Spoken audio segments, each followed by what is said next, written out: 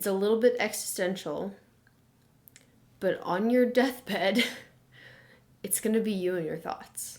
Seeing time alone as spending quality time with yourself is a game changer, especially if you can tack on a little like ritual to it. I feel like a lot of us equate being alone to feeling lonely, and I don't think that has to be the case. I think there's a better way to deal with being alone with your thoughts, and I want to talk about how I've overcome my fear of loneliness and my struggle with feeling lonely, and have developed and cultivated an inner world, I guess, that is comfortable enough that I don't fear being alone with my thoughts anymore.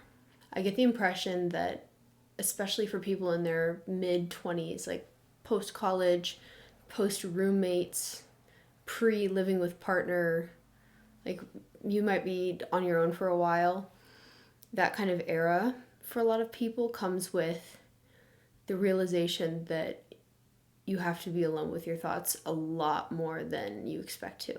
I have been living alone for 2 years, almost 3 years now, and I'm not gonna lie, I don't find it easy all the time. It's not every day that I'm coasting through life, loving my loneliness, but I have grown to learn to love being with myself and being in my own mind. And in this video, I want to share 3 things that have really helped me to get there. It's interesting. I was going to start with the most like practical tip, I guess, but I kind of want to start with the existential one because it is the one that made the most impact on me when I realized it. You are the only person that you are going to be with for the rest of your life. You might have a life partner, you might have friends that you are in your life for decades, but at the end of the day, it's you and your thoughts. At the end of every single day. I think I came to this realization of all things when I was talking with my friend about Taylor Swift. We were talking about how we were wondering what Taylor Swift was doing right now. It was right when the Eras tour ended, and like, what is she doing? Like, what is she up to? And we came to the conclusion that no matter how successful you are, no matter how many people you're surrounded with, at the end of the day, when you're washing your face and brushing your teeth, you have to be alone with your thoughts. It's a little bit existential, but on your deathbed, it's going to be you and your thoughts. And if your thoughts don't feel like a safe place to be, if you feel like you have to distract yourself and avoid your thoughts, and you've gotten into the pattern of doing that over your life, whether that be through scrolling, whether that be through avoidance through substance use, whatever it is, you're not always going to have access to that. And there are going to be times where you're stuck in your head and you're not going to like how it feels. Which brings us to practical tip number 1, which is to name the things that you are afraid of thinking about and the things that are coming to your head when you're alone. Because I think part of the avoidance is that when we are alone with our thoughts, the things that we don't want to think about tend to rise to the surface. It might be like rumination type of thoughts. It could be self-deprecating kind of thoughts. But being alone is a very vulnerable state to be in. And if you don't feel safe within your mind, you can really feel like fear when you realize, oh, I'm going to be alone for the rest of maybe even just the day. So, tip number 1, name what you're afraid of. Name the thoughts that you're afraid will come up, because writing them down or even just naming them out loud kind of takes away that power that they have. Like, one that comes up for me is that I'm afraid I'll start overthinking my past decisions that I can't change. And when I say that out loud, it makes me realize I can't change them. So there's no point in thinking about it. A big part of learning to love being alone is learning to let your thoughts pass and let your thoughts settle when your mind becomes kind of cloudy with like that overthinky feeling. I like the analogy that your mind is like a jar of water with a little bit of dirt, like silt in the bottom of it. And when you start overthinking, it's like someone shook up that jar and the water's all cloudy and you can't see through it and you can't see clearly. And the only way to get clarity again is to wait for the dust in that jar to literally settle and give yourself a moment, let the thoughts pass. I often like to think of them as coming in one side, appearing in my mind, and going out the other. That's one of my rituals, I would say, of being alone, is tapping into those kind of meditative tools. And that's the second tip, is kind of ritualizing being alone when you know it's going to be like a long period of being alone. So like I mentioned, I've lived alone for almost 3 years now, and like today is Sunday. I'm gonna see people. I'm gonna see my friends. We're gonna record the podcast later, Professionally Average Podcast. Like and subscribe. But I was alone from the time I woke up at 4 a.m. to I will be alone until like 1 o'clock when they get here. And when I woke up, I kind of felt like I had to get things off my chest. Like I wanted to talk with someone. I wanted to distract myself from some of the things that had kind of stacked up in my mind, maybe overnight, maybe over the past few days, who knows. So obviously whipped out my journaled for a bit, and then it sounds a little woo-woo.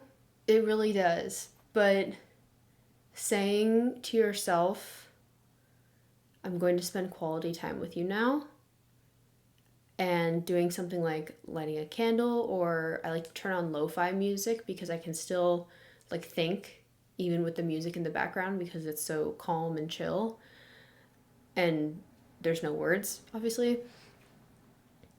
Seeing time alone as spending quality time with yourself is a game changer, especially if you can tack on a little like ritual to it. So this morning I sat with my coffee and my journal, and I felt like, I want to text my friends. I want to like call my dad. I want to do something to offload these thoughts that I'm feeling. But that's just my brain wanting to be comfortable. And you're not always going to be comfortable in life. And learning to sit with that discomfort for a moment, to let it pass, to realize that you can sit with it for a moment longer than you thought you could, really does build like self-efficacy and a feeling of being safe within yourself. It reminds me of my yoga teacher. She often says when we're in a really difficult pose to stay for one breath longer than you think you can, and to prove to yourself that you can stay for just one breath longer.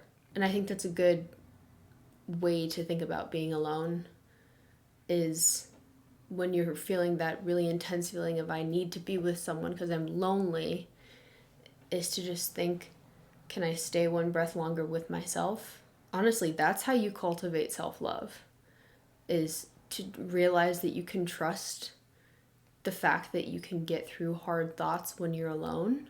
I think boredom and being alone is a really, really important part of life, especially when you're used to being surrounded by classmates, roommates, coworkers, and then suddenly you're pushed into living alone, maybe working from home like me.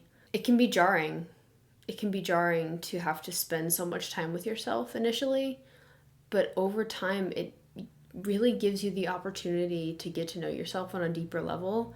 And when you're at the end of the day brushing your teeth just like Taylor Swift does, you can feel safe. You can feel safe that you don't need to worry that when you lay down and your head hits the pillow that you're going to be distressed because you have to be with your thoughts. So to summarize, Name what you're afraid of coming up with in your head. No, wait, that's not how I want to say it.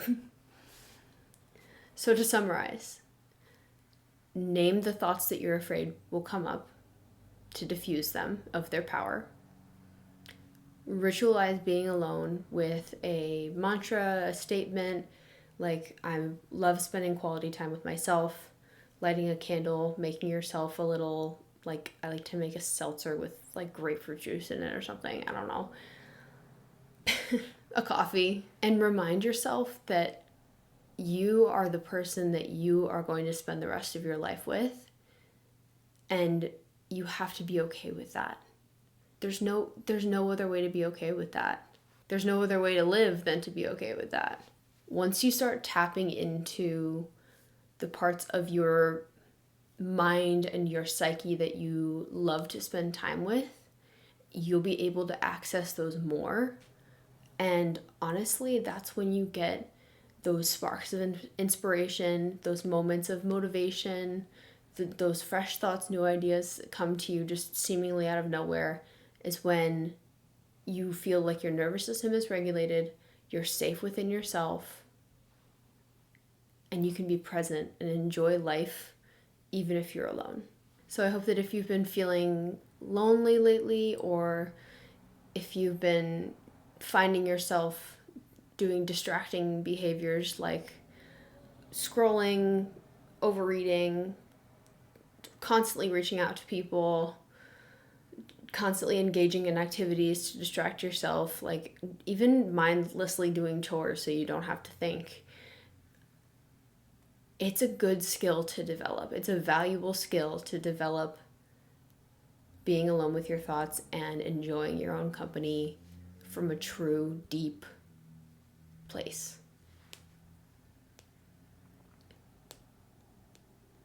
I hope you got some value out of this, and I hope you know that you're never alone, even when you are alone, because you are in the best company, which is being with yourself. If you're interested in hearing more of my thoughts about how to live a self-compassionate life while still engaging in self-development, feel free to subscribe. Check out my podcast, Strawberry of the Day. Check out my little motivational videos. Head over to Instagram to see more fitness content. I'll have everything linked in the description. I appreciate you being here. I appreciate you watching. And I'll see you in the next one.